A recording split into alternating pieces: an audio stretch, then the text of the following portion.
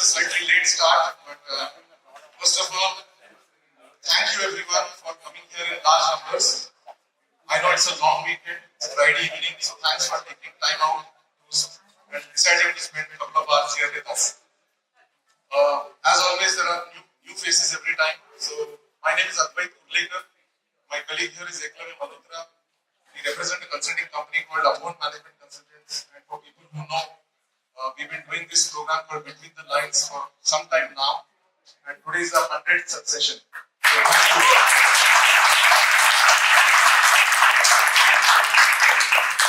So, for people who have come here for the first time, quick background. The format typically is that every month we identify a book that is a good book to read. More often than not, it is recently published, like today. And unlike today, Eklavya otherwise presents a great summary of the book for people to understand what the book is. So without reading the book, people like me who don't want to read the book, but at least they know what the book talks about. Every book has learnings, every book has something to take away. So depending on the topic of the book, we invite people from the industry and we moderate a panel discussion on the topic. Sometimes we throw in a fun quiz in between and sometimes we change the format like today. So of the 100 events we've done so far, there have been maybe around 10 or 12 events where we've been fortunate to have the author of the book in person with us like today. And therefore the format changes in such occasions. So, we all know what the book is, we all know who the panelists are, but I'll come back to that formally a little later. We have a different format today. So instead of Eklavya actually doing a book summary, we have our guest sort of presenter, Shilpa Godbole, who's going to,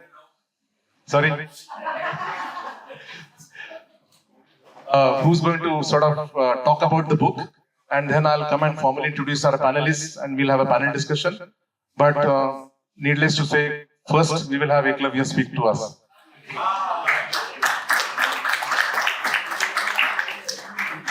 Thank you. It's finally happened. It took Advait 99 sessions, but it finally happened. He realized he can do better than me. But yeah, you know, why did we decide that at this point of time we need somebody else to take up the visibly large space that I occupy normally in front of you?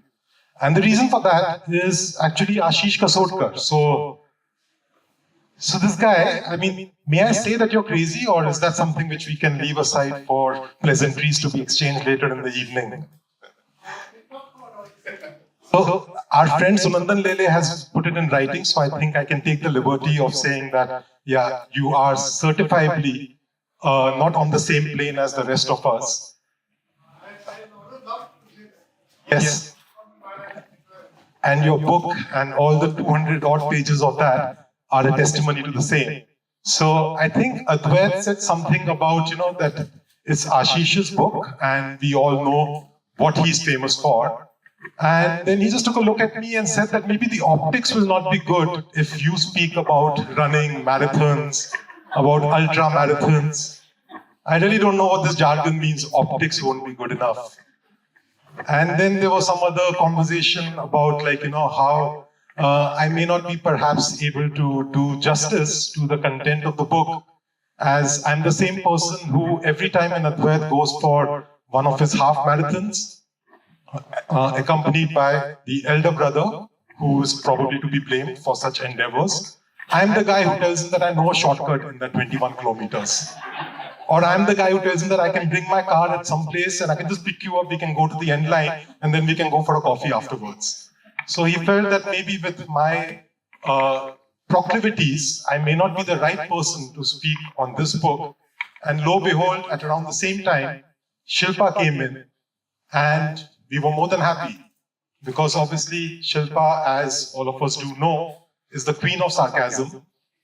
She is also a runner. She's pointedly told us that we cannot call her a marathoner, so I will just confine it to being a runner. And she's also a fantastic marketing professional over the last few years. So it only felt natural that, you know, we should have somebody who can perhaps relate to the trials and tribulations which Ashish has endured for all of us to get inspired by. I will just say one thing, that when I read the book, in those 4 or 5 hours that it probably took to complete the book, because yeah, I did have to Google a lot of these places just to get an appreciation of what you've actually done. I also came up with 73 things that you could have done better with that time which you were spending running around, walking around. One of them also included learning how to watercolor from Milind over here. And trust me, Ashish, you are one person for whom even Prachi will say it's okay to have a carbon footprint. Start taking Uber, start doing other things. There's an interesting new thing called Netflix. I'll introduce you to it. We can share passwords also. But there are many better things we can do early morning. But I know I'm in the minority of one over here, looking at the entire fan base for Ashish Prasotkar over here. It's truly a privilege and honor for us that the 100th session, which for many, many months we've been working towards, and the constant theme that we had was that can we do something which is something about, scaling something which we felt was insurmountable, scaling something which we felt was like a really, really tough thing for us to even imagine. And it was only serendipitous that Ashish's book launched just a couple of months, like maybe 3 or 4 months before that. And we finally had something which we could boil down to and say that, yes, let's talk about the pursuit of greatness. Because it's thanks to all of you and many more who could not join us here today, but have been a part of this journey over the last 6.5 years, that we've been able to reach where we are today. And I do not want to take up further time because I know that Shilpa will now take us through this insane tale. But, she has the gift of gab, which I'm not blessed with. But let me just tell you that please don't draw any unfair comparisons. Don't keep requesting for her henceforth, because she's here for the 100th, but I'll be there to take you to the next 100 also. Thank you all so much.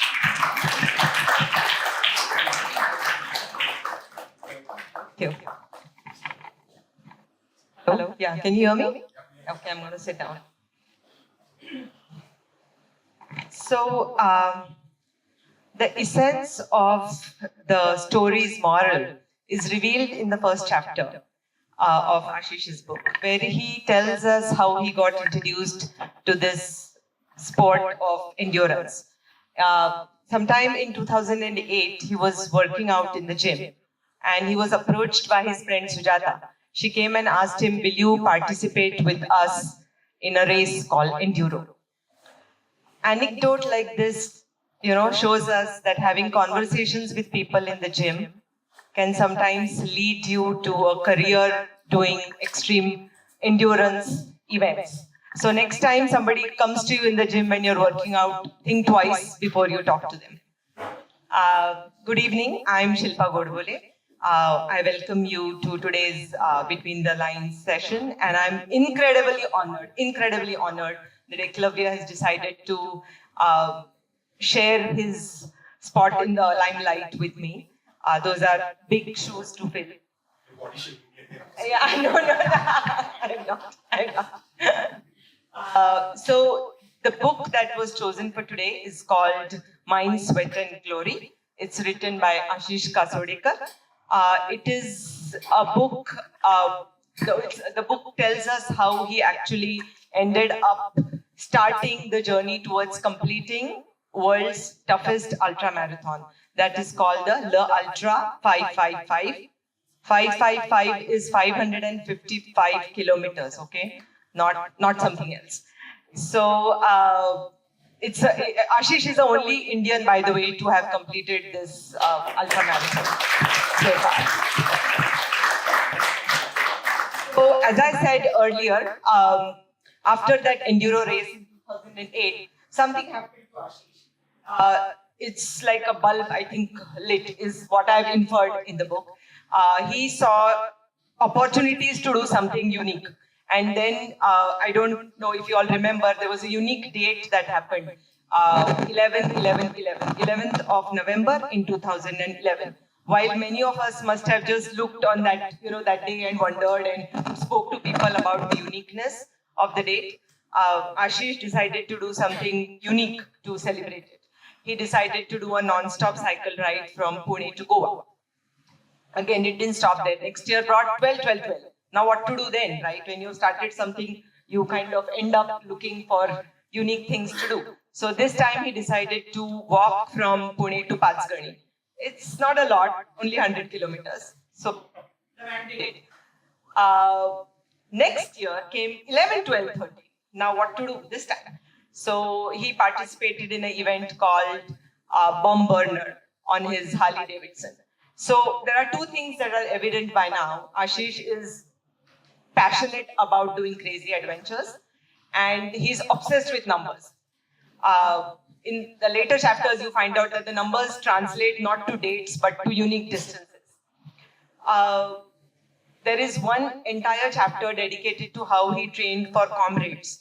So Comrades is a ultra distance marathon that takes place in South Africa. You have to finish that race within 12 hours to gain that medal and call yourself a finisher. Unfortunately, that time he finished the race. When the buzzer rang for 12 hours, he was 200 meters short of the finish line. Now imagine that happening. You have trained for almost 6 months for it, and this is what happens. So again, he's not somebody that is known to leave unfinished business in the unfinished cabinet in the house. The next year he goes and tackles and finishes the race in 12 hours.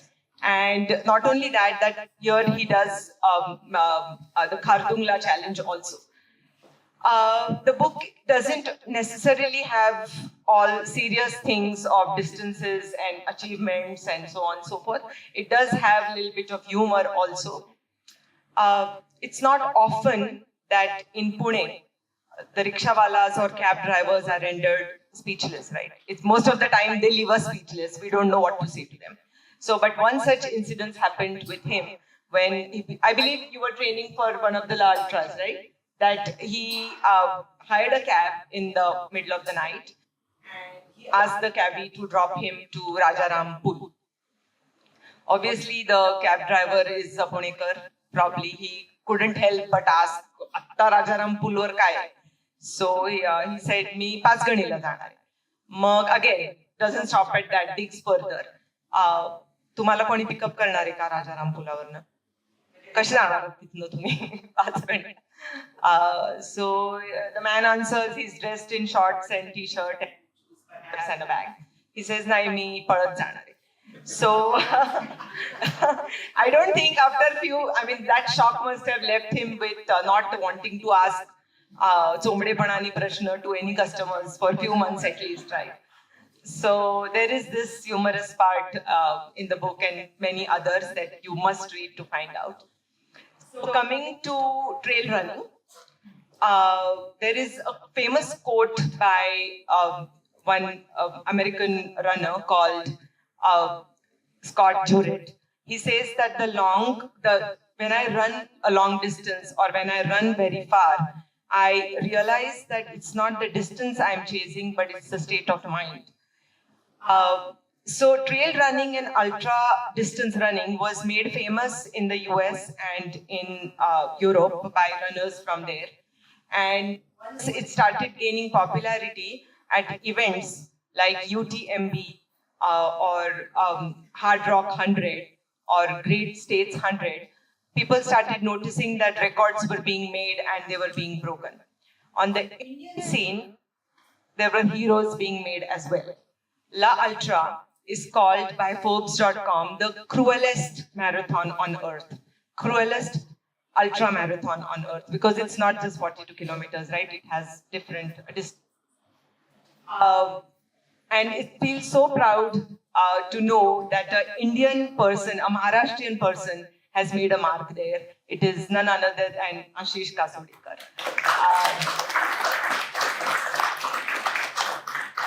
I don't know what made him think, because nobody really knows. Sunandan Lele has written in the first chapter that he's crazy. So he has given us all the right to call him crazy. So what makes him take up this challenge is probably he will be the best person to answer. But La Ultra starts with a baby. There are different categories. He participated in the 111 race once, which was 111 kilometers. Then the following year, he does 333, La Ultra 333. That is, you must have guessed, 330 kilometers.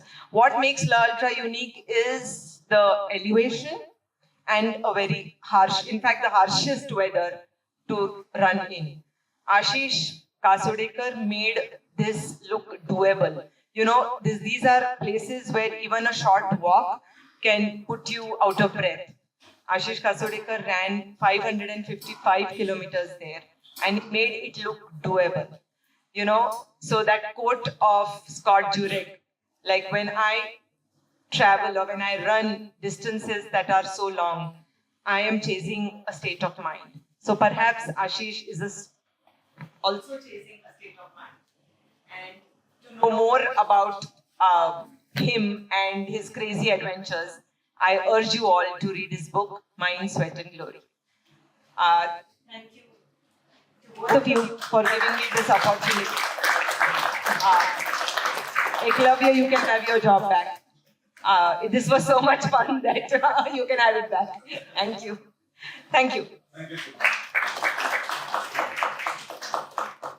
Okay, so that was a quick summary of the book in terms of what this is, and although the book copies are not here today for some reason, but I'm sure you'll be sort of enthused to go and buy the book on Amazon or whatever kind of thing. Yeah.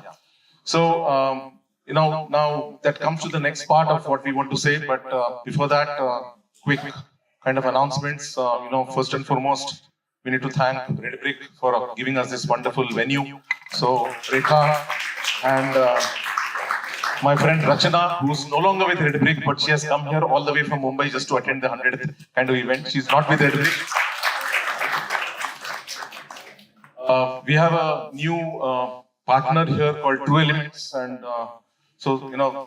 not many people know, but because we thought we'll celebrate 100th event, so we have some chitade snacks here. So please, if you've not had, please take them on your way out. And True Elements also has some snacks for all of us. True Elements is Pune-based nutrition, healthy nutrition kind of company. So being averse to such things, we thought we'll have a chitade, samosa kind of thing. But there is a binge bar in it also, just to sort of balance that out.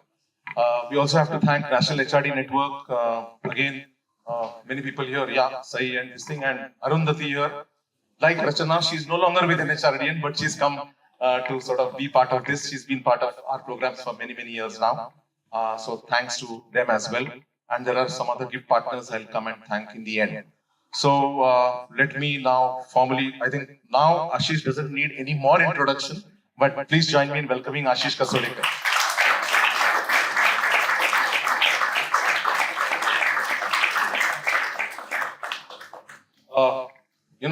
Like Ekliva said, when we thought of, this is the topic and what is Ashish trying to do beyond being crazy, etc., is in a way, in his own way, pursuing greatness, pursuing excellence. And we thought that we will complement the sports part with some other people in this, in different walks of life, who we believe are also pursuing greatness and excellence. So please join me in welcoming Milind Mittal. Most of us in Pune would know that he's a great artist, great painter. Many of us would have seen his classes, gone to his classes, tried our luck at painting, etc., etc., and then finally said, no, I'm good where I am. But that's what Milind does. He, other than running his own classes, etc., he runs exhibitions, he runs kind of educational kind of, he teaches, and not just in India, but abroad as well.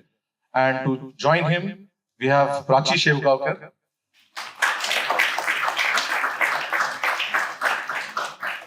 Clearly in a different age bracket, as you can see. But she's the founder and CEO of a very cool startup called Cool the Globe. She's a climate change activist, if I can call her, or climate change, climate entrepreneur. At a very young age, and I'm not going to guess the number, but it's obvious for us. She's represented India in COP27, COP28. She's the climate change ambassador for Tata Power and some other companies. And in a way, she's also pursuing greatness. Some people, people like Ashish and Milind would say we are still in the pursuit of greatness. We've not yet achieved greatness, and so does Prachi. So that's where the kind of thing is. She has some kind of, being what she is, she has a call to take at 6:30 and she'll come back and join us a little later. But till then, we can have a conversation.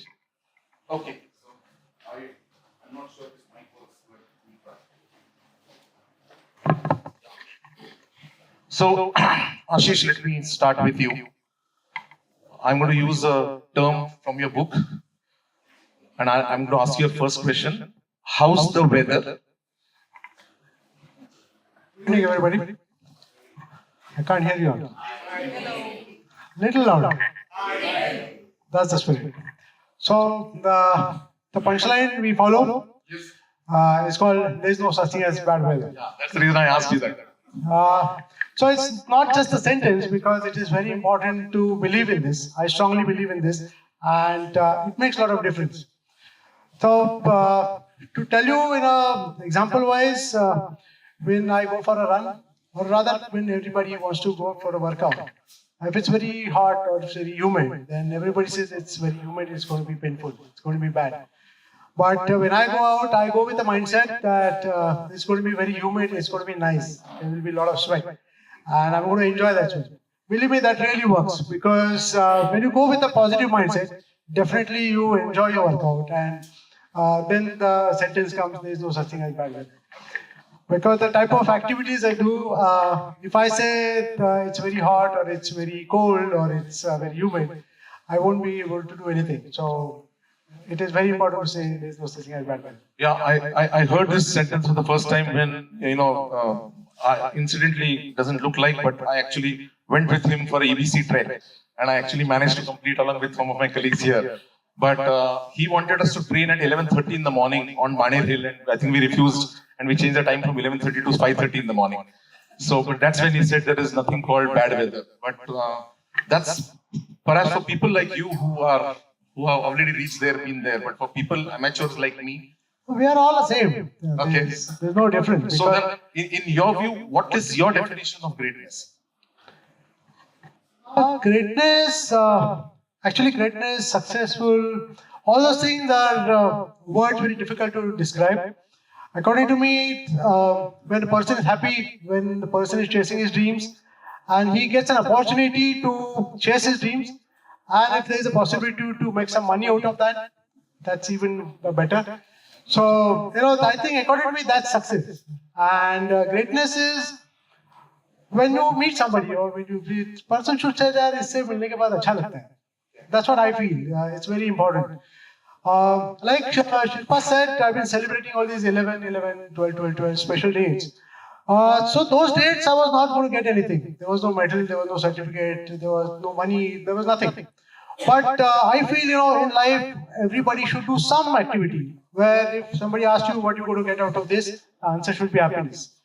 And I think if we get that opportunity to do all these things, according to me, that is greatness. So for you, pursuit of greatness is pursuit of happiness? Yes, absolutely. And you also mentioned success. So in your mind, are these two linked to each other? Everything is linked to each other. It is all about how you look at life, because it is all about perception. Because when you have a good mindset, and that's why the book is all about mind, sweat, and glory. So when you have a good mind to do something, you decide to do something. And without sweat, it is not possible to do anything. You need to be disciplined. How we've completed 100 episodes, that is discipline. And it is not possible to be disciplined and achieve 100 number. So, discipline, without discipline, nothing is possible. And we need to celebrate. Like for me, whatever I do, I always try to keep short-term goals. I reward myself. I celebrate everything. So that's why mind, sweat, and glory. Running 555 is a short-term goal? No, to achieve 555, they were short-term goals. And then when you achieve those short-term goals, you need to reward yourself. If I just look at 555, then it's going to be tough. I always believe in the journey, not the destination. So when you enjoy your journey, it becomes then you start enjoying the pain. It's very important. I'll come back to you. I'll pick up that word of journey and move over to Prachi. What's your journey? Tell us about your story. How did you start? I know you were still a student in your second year then, so. Yes. Then, when we yeah. started. Not now. But I feel like today I'm almost witnessing a miracle because I've been looking at all of you and not a single one in the audience is on their phones, which is extremely rare. So in a way, I feel like all of us are on a pursuit of greatness. And one of the traits of that is giving your attention to journey started as a young student, like you said.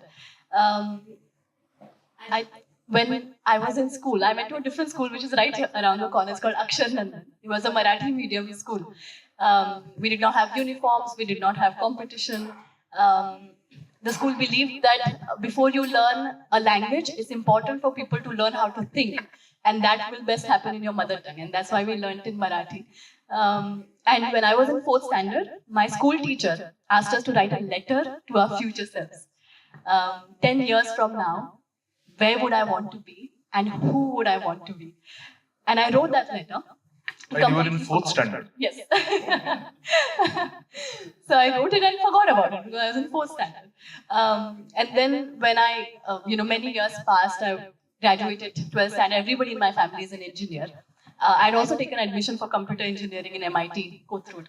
And 1 month into it, I kept getting this inkling that this is not what I want to do. Maybe there's something else that I want to do. It was right then that something very interesting happened. My teacher sent that very letter back to me, which I had written 10 years ago. And reading it was a huge wake-up call. Because in it, my younger self had written about changing the world and making an impact. And not thought that way in a very long time. So I got inspired by the words and the dreams of. I decided to take a year off to travel across India, work with people who inspired me, and shadow them for a couple of months. So I made a list of people who I believed were great, and I wanted to be like them. And I started reaching out to them, saying that I just want to be around you like your shadow for the next 4 months. And so in doing that, I traveled across Maharashtra, worked with farmers, worked with waste pickers, worked in education, met people from all walks of life. And I also started looking at what is it that I should work on that would make the largest impact. So any notable names for the people who... Yes. So the first one was Jnaneshwar Bodke, who was from Pune. His journey as a farmer and built something called Abhinav Farmers Club, which is a group farming initiative. They do climate resilient polyhouse farming. He started by, farming on his 1 acre barren land. He used to work as an office boy, quit his job to become a farmer. Today, by the time I reached out to him, they had about 2.5 lakh farmers across India, getting a revenue of 400 crores. So I went to his house and I told him, I want to shadow you for the next 4 months. He said, I'm going to Ratnagiri tomorrow, come with me. And so in doing that, for the next 4 months, I traveled across Maharashtra with him. Then Hasrudala, an organization which is turning on waste pickers into entrepreneurs. So with their founder, I went to ask her, I want to shadow you. She said, why do you want to do this? I said, I want to get inspired. I want to look at people who are doing amazing things. I want to meet change makers like you. She said, I'm an old woman now. You won't find anything with me. If you really want to be inspired and meet people who are inspiring, then I urge you to spend time with the community. And so for the next 4 months, she told me to shadow Swachhata Karmachari, waste pickers. And so I visited every landfill in and around Bangalore, worked with them, went to their homes. And in that, I felt like my world just opened up. I realized how, change makers, people who are successful are not just people we read about in the newspapers. We find them in every corner of India. People doing small things in their day-to-day life. I remember there was a 75-year-old woman, had been a waste picker all her life, and she was like a pillar of a community. Everybody would go to her for advice, and she had achieved greatness in her own way. A young boy who I remember stood up to the bullies who were troubling his handicapped friend. So many people like that. I kept meeting, made me realize that everyone can make a difference in their day-to-day lives. So the experience was just unforgettable. I remember it opened up my world. And it was when I was working on all of these other things, agri, waste, education, that I kept seeing how climate change, which I initially had thought was just about big words and was happening in some other part of the world, was affecting the day-to-day lives of people across India. And I remember thinking, this seems like such a huge problem. What can an ordinary girl like me do about it? And I went to my father and asked him, what can we do about it?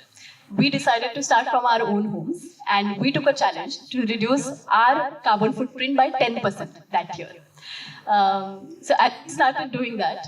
I realized that I started taking a couple of actions, started looking at what are the different actions of mine that are leading to most emissions, how can I reduce.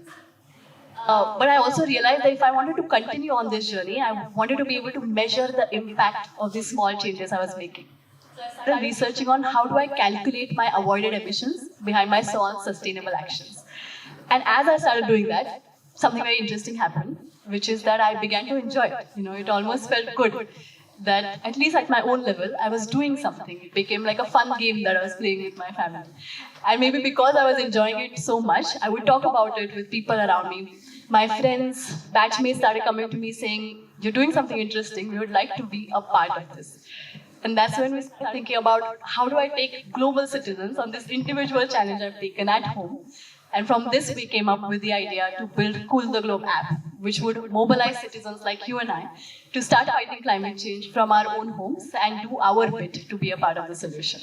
Excellent, excellent. I'll come back to you again. With your story, but before that, a quick question. In your world, is there anything called we call it second generation entrepreneur, second generation businessman? Is there a second generation artist? In my world? Yeah. Yeah, obviously I am a second generation Yeah, but artist it myself. matters. Whether it matters or not, it depends. Okay. It depends. Because you started painting at a very young age. So. Yeah, I started painting very young age, so I was privileged to have my father as a painter. But whether it mattered or not, that I don't know. I mean, I was. How did your journey begin? I mean, obviously. Okay, before talking, I just want to thank you for calling me here because Ashish has been a very good friend. I know him since a long time when he used to play basketball. And I'm very happy to hear she is from Akshar Nandan, where both my boys have learned from. Which batch are you from? Between एक senior होता है, एक junior होता है. Nice meeting you, Prachi. Sorry, coming back to your question. Your story, how did you get into? See, my dad was a painter, so right from the early childhood, I would say, at the age of 3, every boy starts doodling and painting. But later on, what happens is with most of the little children, they start walking, they learn talking, they learn writing when we go to school. And most of you forget that you also have the natural ability to communicate visually. So in my case, it didn't go away. So it just happened and I kept on painting. So there's a little incident, I'm just taking a little more time. But sometime in first or second standard, I would remember, I was also in Marathi school, medium school. So they teach you to write the syllable like abba, kada, etc. Ka, kha, ga, kha. So whenever you write a ka, I used to write ka and draw a kamal. Okay. I thought now that is the complete ka, like writing ka and drawing kamal. And when it came to kha, it was ka and there was a picture of khatara, which I couldn't draw. So I told my mother, oh, I can't draw, write ka. So that's a funny thing. But it was, drawing was like a natural part of anything. It wasn't something different for me. And You naturally you went because of the home conditions and the culture, or you had a choice to do something, or by choice you was there by pressure, choice I parental did pressure? many other things. But ultimately bumped my head every place and came back here and became a painter, ultimately. I don't know, I did engineering, mechanical engineering, and really bumped my head very hard there. And of course, I was doing a lot of commercial work in the architectural industry, and ultimately, I managed to dissolve from there into becoming a total fine artist. As an engineer, were you good in engineering drawing? Yeah, that's the only subject that I understood. And how did this perhaps passion become a vocation for you? I don't know how it happened because I chose a profession where I could use my, what you call as the basic skill. I always forget the word. Core competency. Okay, core competency. So I found this niche in the architectural field where my drawing skills were very much at handy, something which came easy to me, and which was also paying. But again, that was a commercial job. Like there was a deadline of client and deadline of the client had the deadline of his banks and everything. So that pressure came on me every time I tried to do it. So there was no happiness. So eventually, working for a long time, of course, 18, 19 years I worked in that industry, and then decided to become a painter, which was a subconscious, what you would say. Yeah, it had been decided. While you were on the job, you were still painting on the side. Yeah, I was always doing that. That's Yeah, more yeah. from a passion. So that was a hobby then, and it still is a hobby. And how did you choose the medium of largely watercolors? Because that's been your forte. Yeah, this question I might have answered more 20,000 than times. Yeah. 20,000 times. But it's not that I like all kinds of medium, oil paint, acrylic, and watercolor is something which is easy to handle, and it somehow matches my temperament. Because sometimes I want the results to be very quick because I'm thinking and I want the results immediately. Watercolor kind of offers me that possibility, and yeah. Back to you, Ashish. Somebody starts in 4th standard, somebody starts at year 3. Thankfully, you didn't start, or did you? Actually, you're talking about running or overall sports? Crazy things in life. So basically, whatever I was doing as a child, I never stopped. I continued doing whatever I was doing. So basically, spending time on the ground was my passion. Padi karani. So that's what I was doing. Running, 2013 was my first run. I did 15-kilometer run from BMCC college to Chandani Chowk and back. That was my first run. It was a wonderful run because there was Zumba warm-up session. And I've always been a basketball player, so they were into running exercise. But when I went for that run, there was plenty of people, pretty girls around. There were Zumba warm-up session. And the beauty of marathons is everybody who comes to the finish line gets a medal. Okay, no other sport has that option. You have to be in first 3 to get something. Okay, of course we don't run to get something, but you always feel nice when you get a medal for yourself. The feel of accomplishment is very important. And I said, I was a basketball player, so I could enjoy that 15-kilometer run. And that's where the journey started. And the weird things, I always like to call myself mad, because that's very important. Because unless I tell people call you mad, that means you're doing something for yourself. Otherwise, if people they don't talk about you, that means you're not doing anything in life. So it is important for people to call you mad. Like Shilpa said, enduro was the beginning of the journey of pushing myself. How do you push yourself? That was the stepping stone, you can say. And that's how the journey started. Now, one more question to you, which is specific to you. Can you explain what this no is? N-O-U. No, you. N-U, sorry, N-U. Never, What is that? never overthink. Never? Never, it's in your book. N-O-U.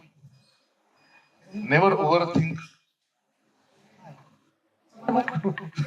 Which book did you read? No, okay. So maybe I'll just remind you. There is something called never overthink unnecessarily. Okay. Hey, the short forms are not good. Shortcuts, short forms are for him. So, when Shilpa said at the beginning of enduro, I always wanted to do enduro. Okay, I had gone for 2 opening flag offs of enduro, and I said I must do this. But when actually the opportunity came to me, I told Sujata that let me think, let me go back and see, because I travel a lot. I'm in the travel line. So, but when I went home, I said, how much do I travel? Actually, just the reason which I was looking for. So that's when next day when I went there, I said yes to her. And I think because of the yes, a lot of things started, and then I came up to 555. So according to me, when you think a lot, then there's always you have to choose love over fear. But when you start thinking more, then you start thinking about the failures, you start thinking about the society, you start thinking about the fear. There are a lot of fears in life. So I think when you get anything instantly with your instinct, it works well. So instead of thinking over it, you must go for it. And I always believe that regrets are not good in life. So, But overthinking is fine. But how do you think in terms of what's your next goal in your pursuit of greatness? Okay, after this, I'm going to do this. After that, I'm going to do this. How does that thought process take us to your thought process there? see, that is what the discipline is all about. If you ask me about the runs, like from 72 to triple one, triple two to triple three, triple three, triple five, there's a funny story of me participating in triple three. So I'll say it like your question, I will say it in a different manner. So triple three, I finished triple one. I was very happy that I'm the first Punekar to do 111 kilometers in Ladakh, and I was very happy about myself. But when I actually attended the program of La Ultra, where there were finishes of triple one, triple three, and triple five. No, there was no triple five, triple two, and triple three. Okay, and the organizer kept saying that triple one is a baby run. And I was happy about myself. I said, I've done 111 kilometers, and this fellow is saying it's a baby run. But when I actually heard stories about people who've finished 222 kilometers, people who had finished 333 kilometers, then I realized, boss, there's lots to do. So for me, Himalaya has taught me a lot of things. Himalaya has always, that statue, it says, keep your arms open to accept things. And that's what Himalaya has taught me. The moment you land in Leh, there is that level, you are grounded, you are nothing in front of nature. So that's very, very important. And that always keeps me going. Himalaya has also taught me about listening and hearing, the difference between listening and hearing. So when I hear people, it is very important because then I'm ready to learn things. When I stop hearing, when I just listen to people, usually it happens, so that's not a right approach because then you stop your learning. So when you hear people, every small person, anybody can teach you something, only when you keep your arms open. I think that keeps me going to take better and better steps and to do better and better in my life. Now, I'll just pick up on that point of listening to hearing. I mean, while you are the sole runner, there is a team behind you. Yeah, planning and execution, and they spend their time, days and time with you. Is there a time when you don't listen to them? Because if I ask them, there'll be so many stories about that. But how do you manage that listening to your inner voice versus listening to your team members, who of course have the best interest of you in their mind? Because there have been instances in the book also that, you went on against the advice, all that part. So how do you manage to sort of, in that pursuit of... See, team plays a very important role, very, very important. And I usually, my favorite dialogue is, I'm always surrounded by all the good people in the world. That's my favorite dialogue. And that actually happens all the time. Because I take a decision and then there are people who, my friends, they decide how to execute that event. How do you go about that event? It's very important. And Prasad is here, he was part of 333 crew team. So basically we always, our system is that when there is an event, before we start the event, I have all the rights to say something, to put up my voice and I can do, we'll do this way, we'll do that way. But when the event starts, then usually I should keep quiet. Whatever they say, I must follow it. So 333, we learned a lot of things because that was the first event for all of us, for my group team as well as for myself. And we learned a lot of things. And that's why if you read the story about the finish of, the emotional finish of 333 kilometers, and that happened because of that. Because we learned so many things. And if you see the difference between 333 and 555, then whatever we learned from 333, we used it in 555.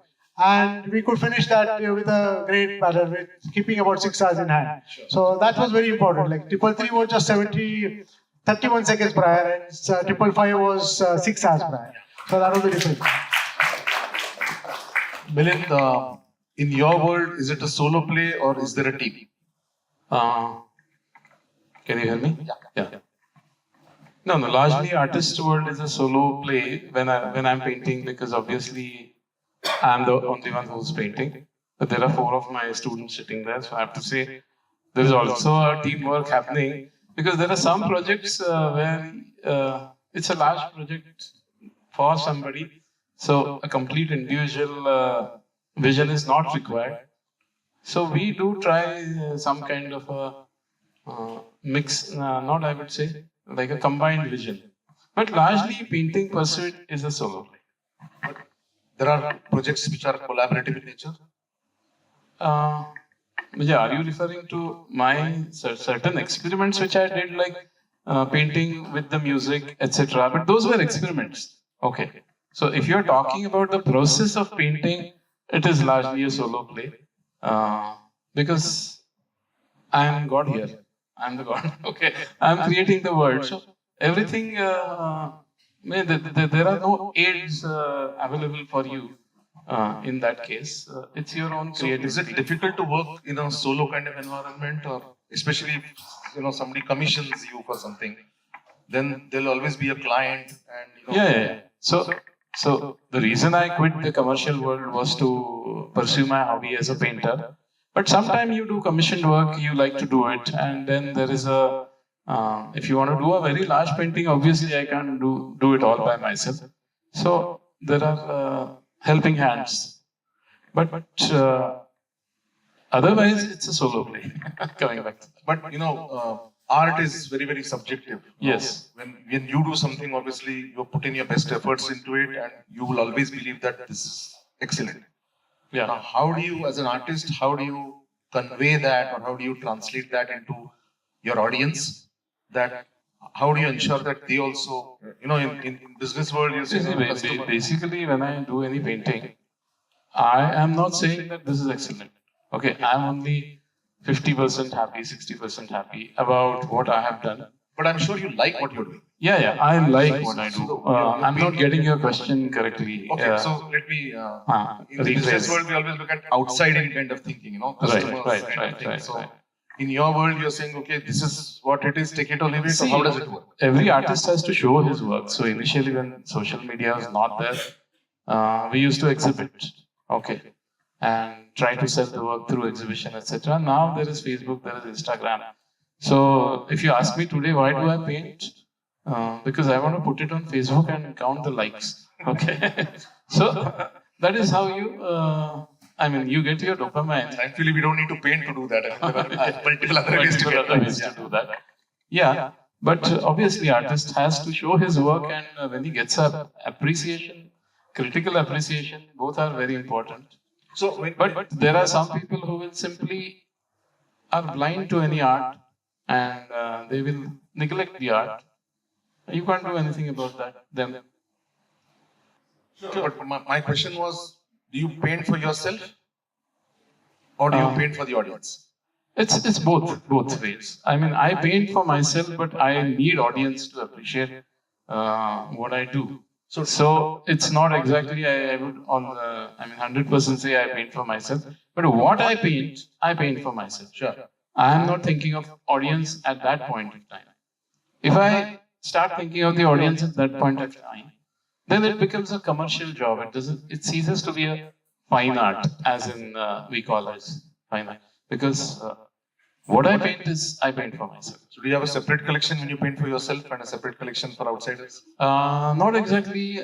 Fortunately, there is a crossover of things that I paint for myself are being liked by a large number of audience. So if you have heard this line in poetry, the more personal it becomes, more universal it becomes. That kind of a thing. So the things that I paint for myself and I really like have been appreciated by a large number of audience in some way or the other. But there are always masses who like something, and there are classes who like something. So maybe it happens, something which I have liked so much, I put it on Facebook, gets the least number of likes. That can happen. Why is there always a divide? Like you also mentioned, the fine arts and commercial work. Yeah. Isn't there a common kind of... No. Both are like artists, both are doing their best job. But fine art is like I paint for myself, whether I sell it, exhibit, or somebody sees it, doesn't matter. That should be the ideal idea of the fine art. Commercially, the artist, there is a need for something, and I'm doing it for that. Like I'm designing a book cover, or I'm doing it for a hotel lobby. Then it becomes a commercial art because there is a commercial end to that. Sure. Okay. Ashish, coming to you, one question before we take some audience questions as well. Do you believe in luck?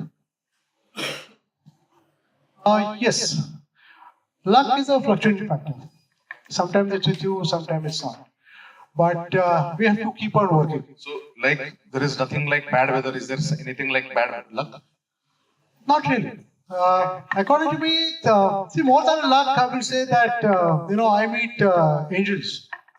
Everybody meets angels in their life. Okay. So to meet those angels, you have to be on that path. I'll tell you a small story on that. If we have time, right? Okay. I'm asking them. So we have time, now. So I was doing an event, cycling event, London to Edinburgh and back to London, 1400 kilometers. It's there in the book. So when I reached about 1000 odd kilometers, I was very tired. I went there and a few of my friends I was waiting for them to come. And I had something to eat. When they came, they also had something to eat. And four of us, we were sitting together with the shoulders dropped. And the lady came to me and she asked me, these guys, they went to get something to eat. And when she comes to me and she said, have you done with your discussion? And I told her, I said, no, not really. We are still thinking what is to be done. And she just asked me one question, like, what do you want to do? I told her, I said, I've come all the way from India. I need to finish this race. I want to be at the finish line. She just said that, then why there's discussion? Okay, one sentence, why there's discussion? And my dropped shoulders, like I was like this, and I said, yes, of course, why there's discussion? What she said that, you're not going to leave your friends forever. Your target is to reach your destination, so you must take a call, what you want to do. So the moment my friends came, I told them, I said, boss, I'm going. Anybody wants to join me? So there was positivity. They didn't come, of course, they were too tired, but then I was out from there. So I called that lady as an angel. Okay, so when you're doing something rigorous or maybe something aggressive, then you meet these kind of people. And according to me, you call them as luck, I call them as angels. But now, slowly, I'm trying to get into the situation where we don't have to wait for the angels to come. Our mindset should be in such a way that things should not matter us. Any problem should not matter us, and how we should be focused about our goal. So, but you've transposed the luck part into angels. But have you been lucky in any of your events, shenanigans, as I can call it? Not really, it is the perception. There's a famous song which I always sing that, when everybody gets everything, he says, hey, it's life. So sometimes if I don't get anything, then instead of crying over it, and if I say that I'm unlucky, then it's not right. Then I'm cursing my situation. So according to me, if I'm not getting anything, then probably I'm not putting my 100% efforts into it, and I need to work on it. So according to me, there is nothing as bad luck. How it is bad weather, so it is nothing as bad luck. How does it work for you? Luck factor. Sometimes I have to face the bad luck, but otherwise I'm lucky whenever I'm not facing the bad luck. See, there are certain things like okay, there is some exhibition happening outside, or there is some event which I want to be a part of, and I try hard and hard to do it. But something comes in between and it doesn't happen. The other time, something just really comes and falls in my lap. So I have been doing the same effort. I'm the same, but sometimes it works, sometimes it doesn't. So the only possible option, logically thinking, is I was lucky that time and I'm not this time. But as far as my effort goes, I'm putting my effort every time.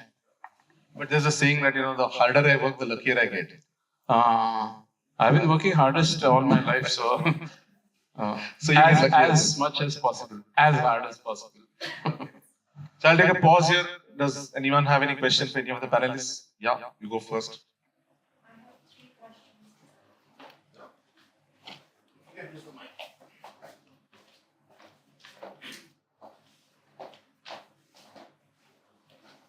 Thank you, Advait. I'm not sure. Is it okay now? I've been really looking forward to meet you all from a very long time. I've been following between the lines from almost 4.5 years. And I've been quite occupied with my online work, so I could take out time. Thank you so much, and thank you. Thank you, the panelists. I'm so inspired by your running journey.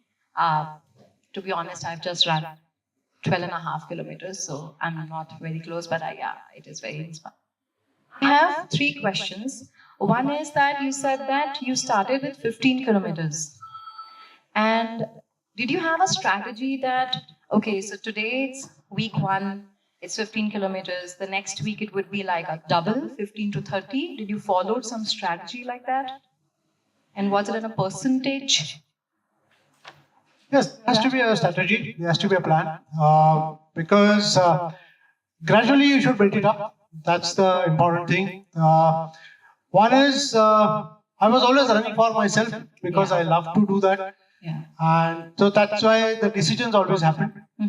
That's very important. Second is, definitely there was a strategy as per the event.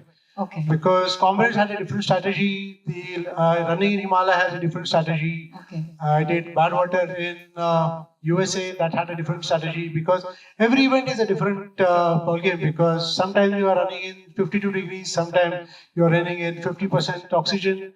So every race has its own strategy and planning. So plan it accordingly. Okay. Okay. So for a starter who is at a level of say 15 kilometers, and for a person who is say doing a strength training for at least 4 days a week, for that person the target can be double in the 15 days. Can that be also a strategical move, just from your experience? I will not, I always like to talk about the mind, like how he should take decisions about doing something, because I'm not a running coach. A coach will be able to answer this question in a better manner, because they know how much training is required to do all these things, like to do 21 kilometers or 42 kilometers. So for me, I think to talk about decisions, I'll be able to tell you like what decisions the person should do. So you were talking about that you ask yourself that, okay, are you ready for the next move? Yeah, what is the target? Accordingly, if they want to do 21 kilometers and what time they want to do it, whether they want to do it very fast or they want to do it, just enjoy their run. So it changes accordingly. Okay, okay. Right, yeah. The second question is, you said that you were loving what you were doing. Apart from that, like you had this that you are loving it, was there some other reason, some higher purpose, something which was like, I want to do this because I love, enjoy, and What's the question? beyond love, something more? Any higher reason?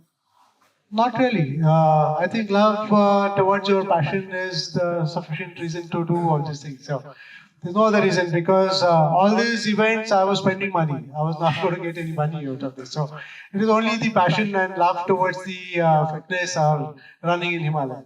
That's Okay, okay. And my last question is that you mentioned that about strategy, about luck when you were mentioning. And you mentioned that it's not anything good luck or bad luck. I also believe in that. It's about the efforts which you're putting. There's a statement which you mentioned, I really liked it, that when you are not achieving it means that you're not putting your 100% efforts. So are there times when you have targeted something and you could not achieve it for some reason? Failure is a better study for all of us also to learn. And you could identify that because of this, decode, that, okay, I can move and I can change my strategy. Failures are part of your training. That's very, very important. And started my journey with Comrades, like Deepa mentioned that about my 200 meters away from the finish line. That was the beginning of my long distance journey. Very important is to accept the reality. Very, very important. The moment when I came back from Comrades, I accepted my reality that I'm a non-finisher. I could have come out with excuses that the easiest thing is to blame the organizer. There was no direction board or whatever. There can be so many reasons, but I never did that. I always accepted what went wrong, and that helped me to improve myself. If I had to come out with excuses, probably I would have been there only. So accept the reality is very, very important, and that's the learning which I got from college.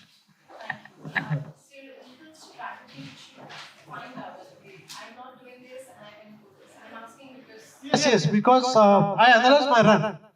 What went wrong? I wrote down everything. What went wrong? What should be done? What should not be done? All those things I wrote down, and then I worked onto it. I worked onto the negative points, and then I could finish my congress next year with a good amount of time in hand. So it was important. Anybody else has any question? Yeah. You can shout, Sai. Yeah. I'm sure, like, during your marathons or your sports events, there must be a point where your mind must have given up. Like, even your body is capable of going and completing the event, your mind must be like, no, I won't be able to go. So, what kept you going?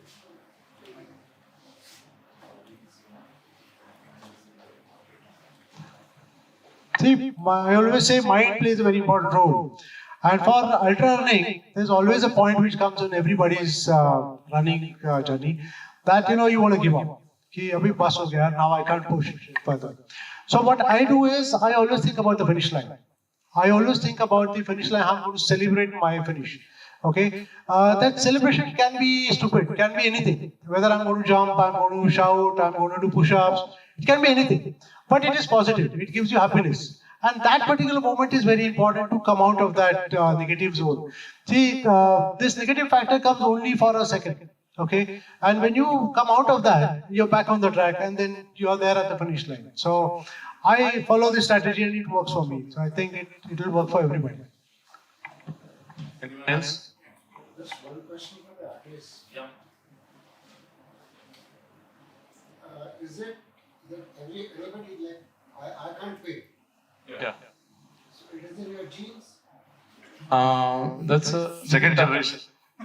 yeah. So I have to say it's in my. See, there are certain things which are in genes, but they are only going to give you, say, he's running 21 kilometers. So if it is in your genes, you are just getting a 50-meter head start. The rest of the marathon you have to do it by yourself. No, I don't. Because then that can. And then it, yeah. So I don't know whether it comes from genes or it comes from the conditioning that I got from. But I would say, don't worry whether is it in your genes or not. If you have the passion, obviously you will do the needed hard work and reach somewhere. But you have that flair. Yeah, there. I mean, the brain has certain kind of. They have defined certain kind of talent. DJ School of Arts. Huh. You not only produce Picasso. Yeah. They can produce artists, but ultimately it is more than genes. It is how the person has taken the journey with the passion. The genes will only give you a little head start. Yeah, so I have one question. With all these AI tools that are able to paint in any style, any format, Yeah. how do you plan to, how do people like you differentiate? No. So for a fine artist, I'm doing something with my own hand. So AI doesn't bother me. But if there is a commercial art or a graphic design assignment, then AI can do it, and the graphic designer will not be left with any job. Those things can happen or whatever, I don't know. But AI can be sometimes, suppose if I want to do a commercial assignment and I have to think a lot, and it's a commercial assignment, I don't want to tax my brain with the needed whatever requirement. So I can use some mid-journey and ask him to do something, take help of that, add my creativity and do something. So AI can be very useful at times. I mean, I have seen people using AI in a good way also. Yeah, they use. Both my sons use it very extensively. Yeah. So genes plus technology. Yeah. Anybody else? Yeah. One of the things that Shilpa said that marathon running to a new state of mind. Two very fascinating books.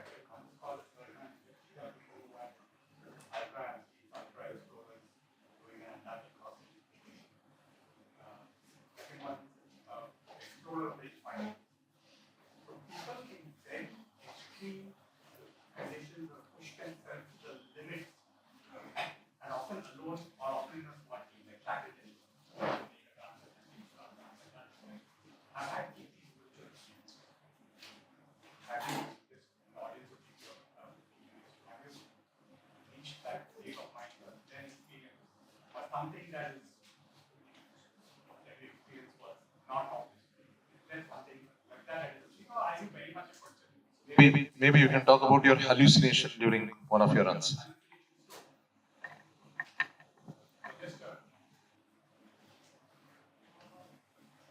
Team said you're hallucinating. You may not be saying that. No, of course, I know what happened that time. So, but I won't be able to answer this question with that hallucination part.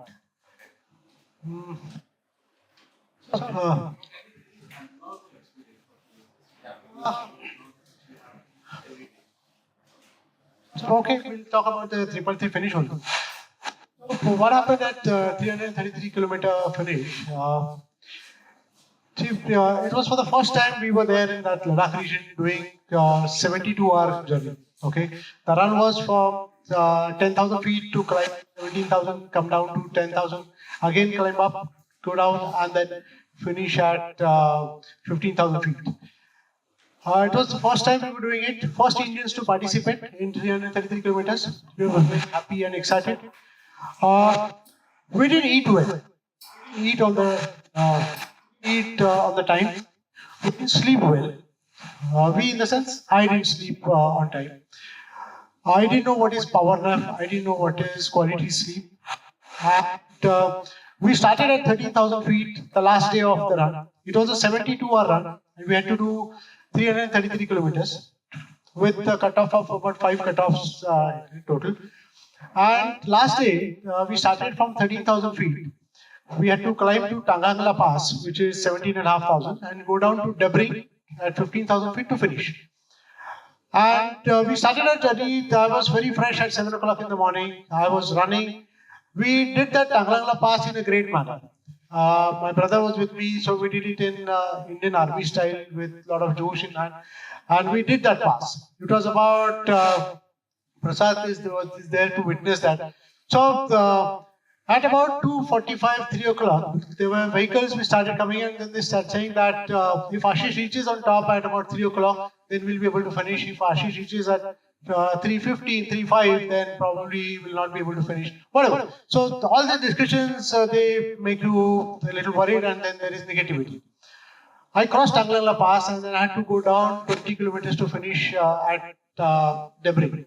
Okay. I was strong. I started walking because 17,500 you're not supposed to run, so I started walking. After a particular time, about 1.5 hours or so, I asked a volunteer how much time to go. How many kilometers to go? And he said 17 kilometers. It was the wrong information, but he said 17 kilometers. When he said 17 kilometers, he started playing in my mind. Because I was awake for almost 2.5 days. I slept only for 90 minutes in those 72 hours. And I continued like this. At a particular point, I started saying that, since this is the first time there are Indian participants, the organizers wants to have a special finish. This got stuck in my mind. This was part of hallucination. And slowly, I started telling my crew members, boss, I've already done 333 kilometers. Only organizers wants to have a special finish, and that's why they want me to run. Because they want to do something, they want to have a surprise finish. This got stuck in my mind.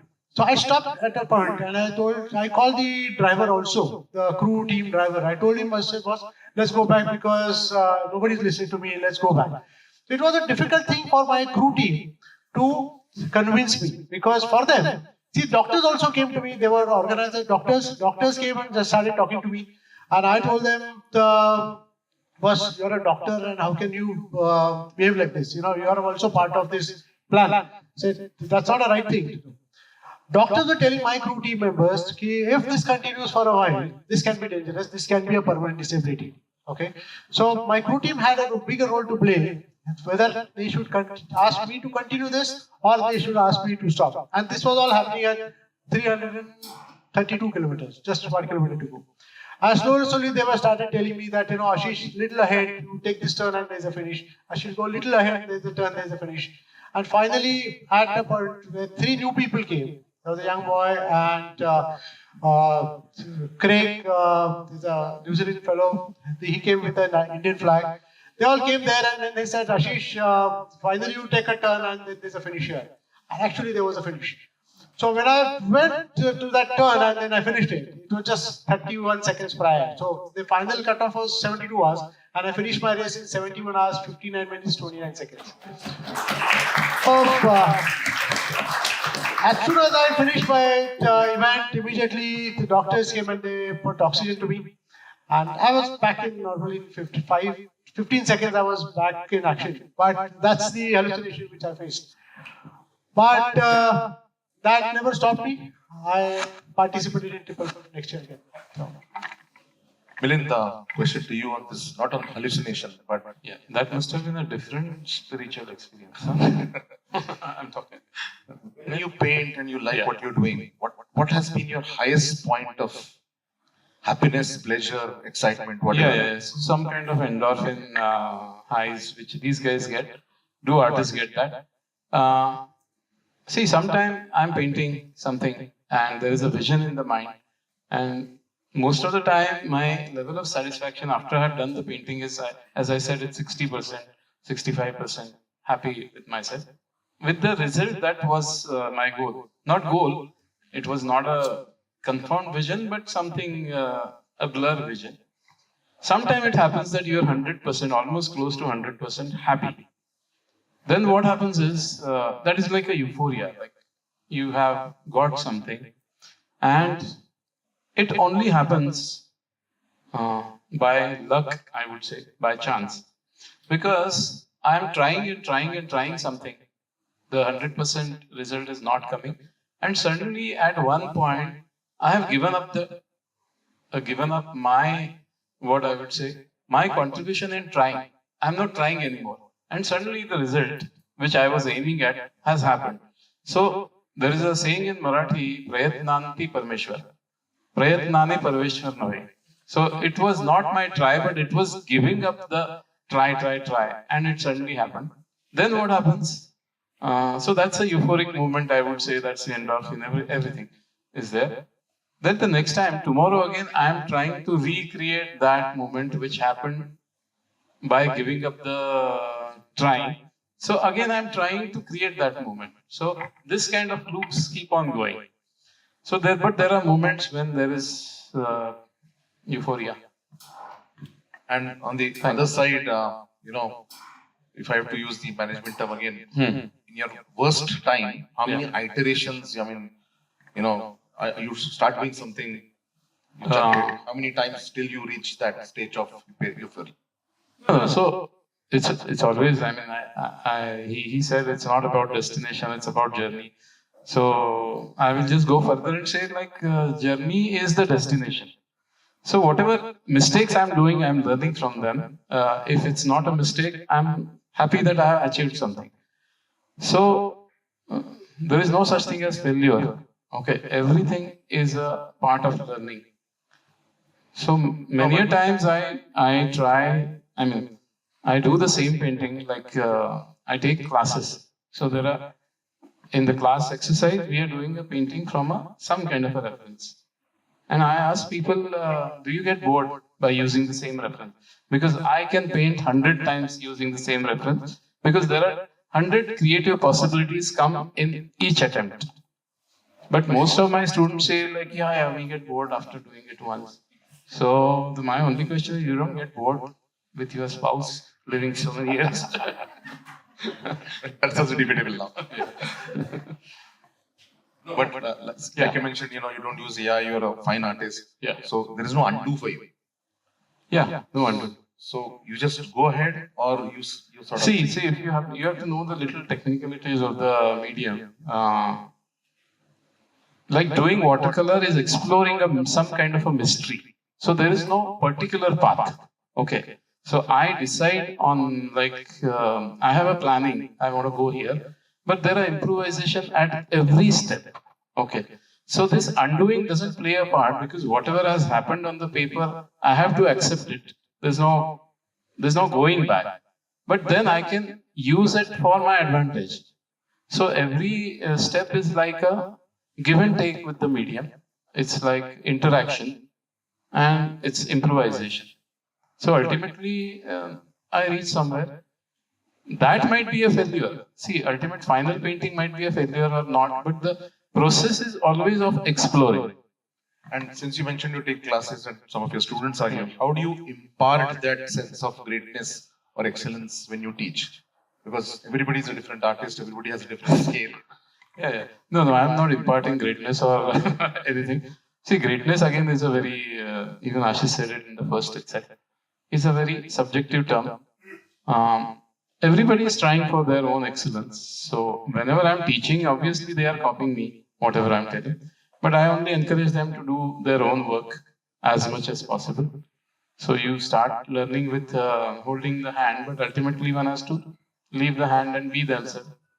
And that's a common thing. I mean, every teacher says that.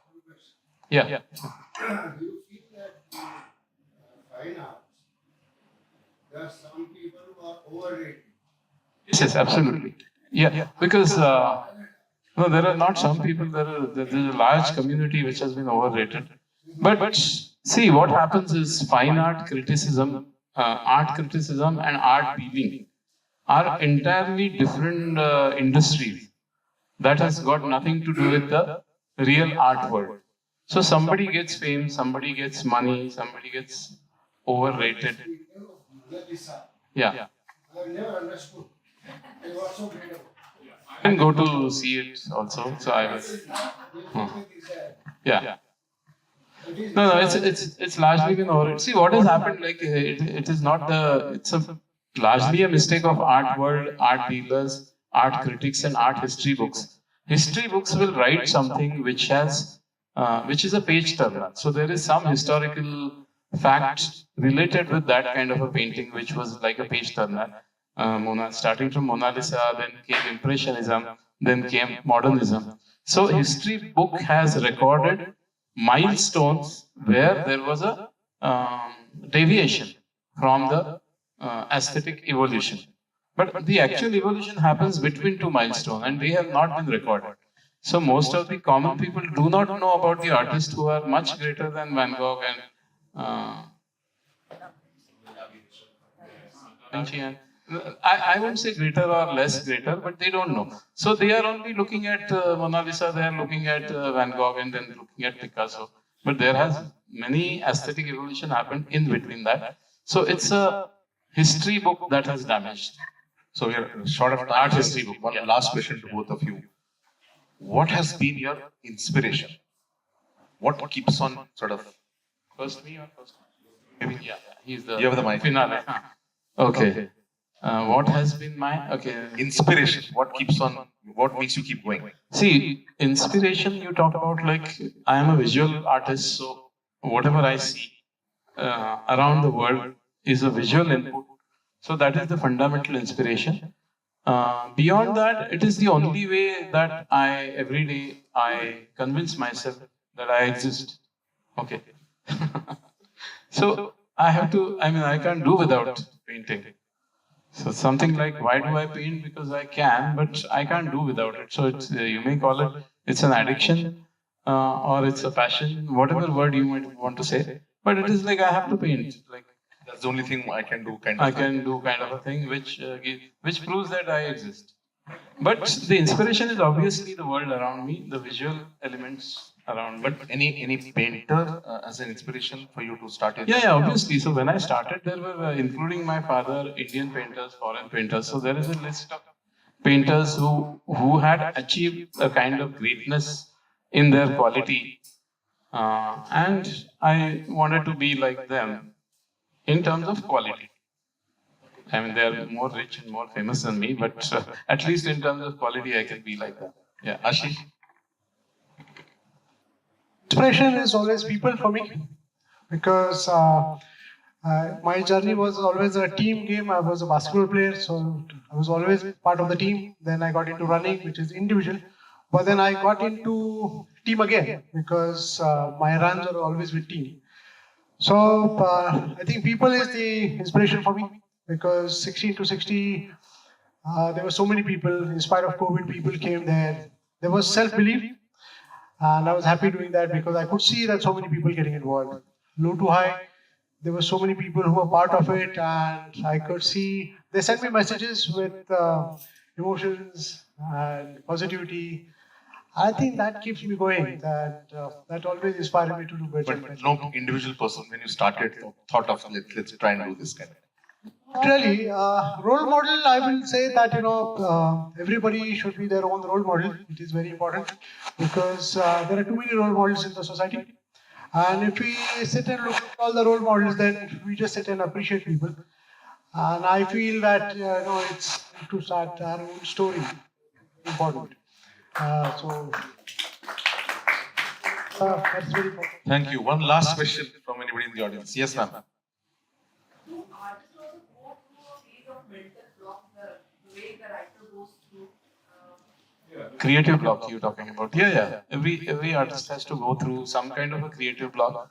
Because if I'm doing something for a very long time, there is a friction that is created and fatigue that is created. So probably that's the reason the creative block comes. Usually in my case, it just came out, the time was the solution. So I stopped sometimes and I've been reading books about that, like Julia Cameron books, and take artist date and try something else. So there are various things you can do to come out of art, which are like, you do something else, like you go for shopping, sabji, or something like that. Go for a run, whatever. He can come and paint whenever he doesn't want to run. And go for a run is a little difficult. But yeah, so you take these kind of artist dates, as they call it. But the creative block ultimately goes away. There's nothing to fear about it. It's a part of the journey. Ashish, do you feel any block? कि आज नहीं करने का है? होता है, सब कुछ होता है. So you're normal than that. Yeah, absolutely. होता है, आज कुछ नहीं करने का तो कुछ नहीं करने का. Just sit and enjoy. Yeah, absolutely. And that's how it should be, because you can't be disciplined and focused every day. It's good to be that way, but then when there is an event, then I am that way. But otherwise, day-to-day life is fantastic. So is that your version of the block? कि आज कुछ नहीं करना है? You can say that. Fair. Yeah. Okay. One more. Okay.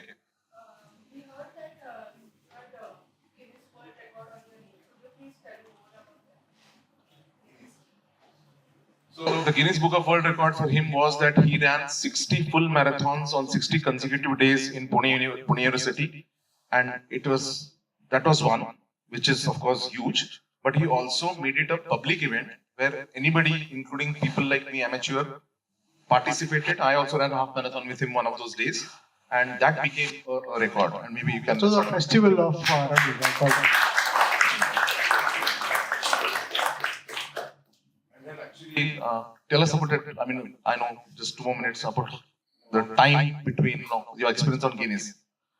I remember you telling us that story in terms of what they wanted and certificate and that kind of thing. So Guinness was never in the picture. Initially, you said age about, we had a young girl. So today we have a lot of new members. So can we have that, can we have a guess my age? Usually I want a lot of bet on that. So Guess Ashish's age. people who prepare for there are a lot of people I know also. One guess. 60, somebody said. Sorry, somebody said. 016.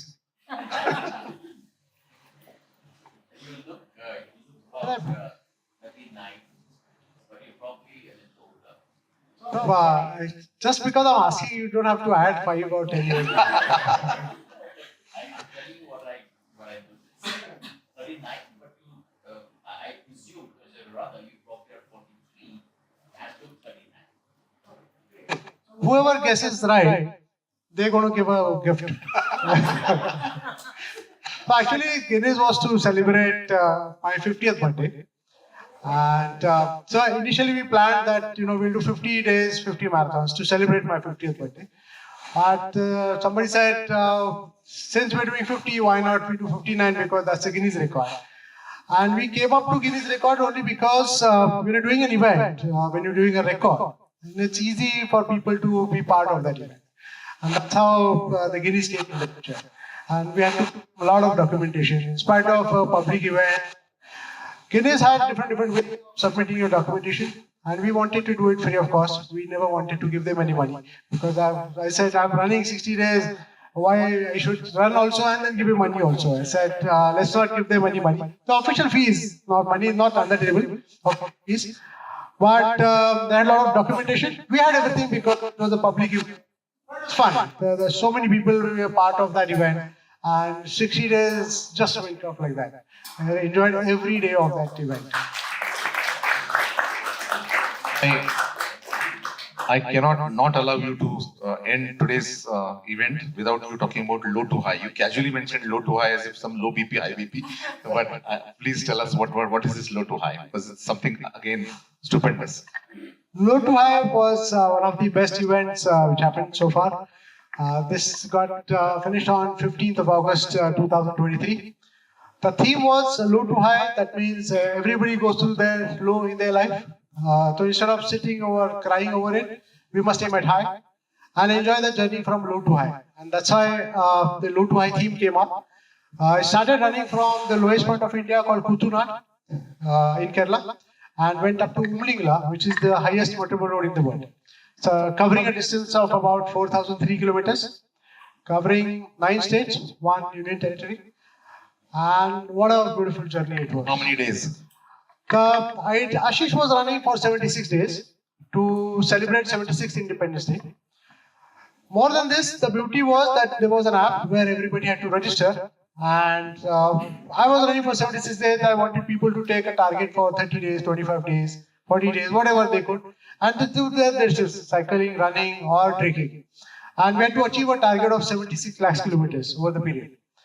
And so many people across the world joined in that app, and we had a great time. It was a wonderful journey from low to high.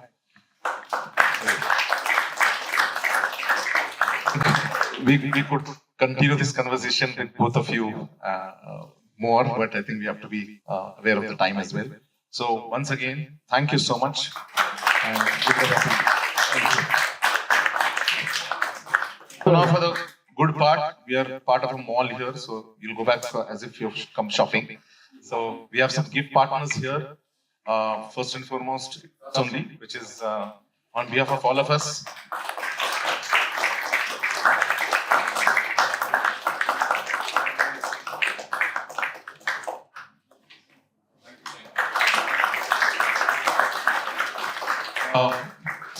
Then of course we have Fragrance Story, which is the Pune-based perfumery, which gives perfumes for the last couple of months.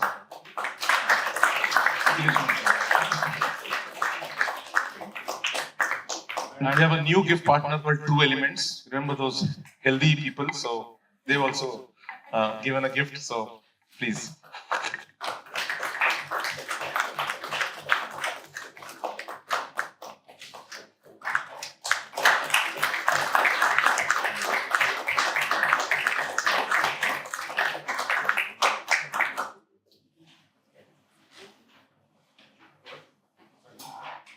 And while we enjoyed the conversation here and Prachi is still missing, we can't forget Shilpa. Yeah. So, you've gone through this before, so hang on.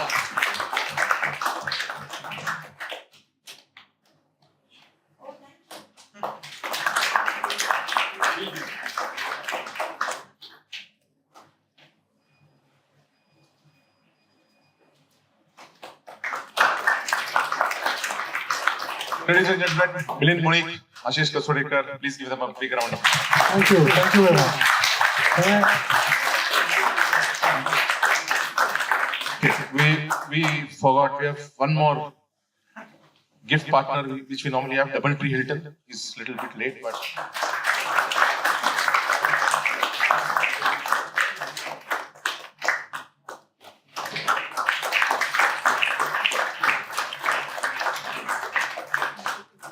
Actually, give me a feel of going out of a pavilion mall. Yes. Thanks a lot. Try to leave the wall at the end. My husband is happy that the card this time didn't get swiped. Okay, so just that I would like to say that if you can, there was a punchline which we followed for low to high. And I'll be happy if you, all of us will say that. We just have to, search me, be together. Little louder. Be together.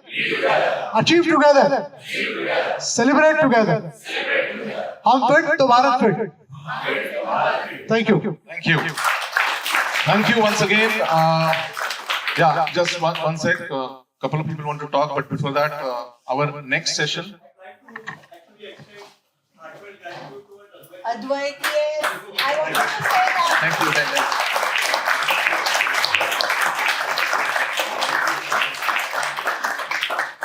While we are celebrating 100, please don't forget your snacks and tea, coffee. And our 101st session is scheduled on 19th of April.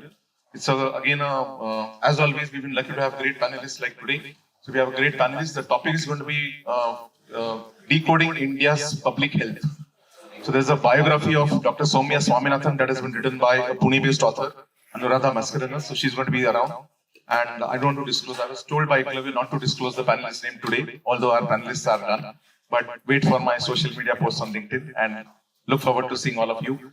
Thank you so much once again. Happy Holi and thanks for spending, agreeing to spend a couple of hours on a long weekend here. Thank you.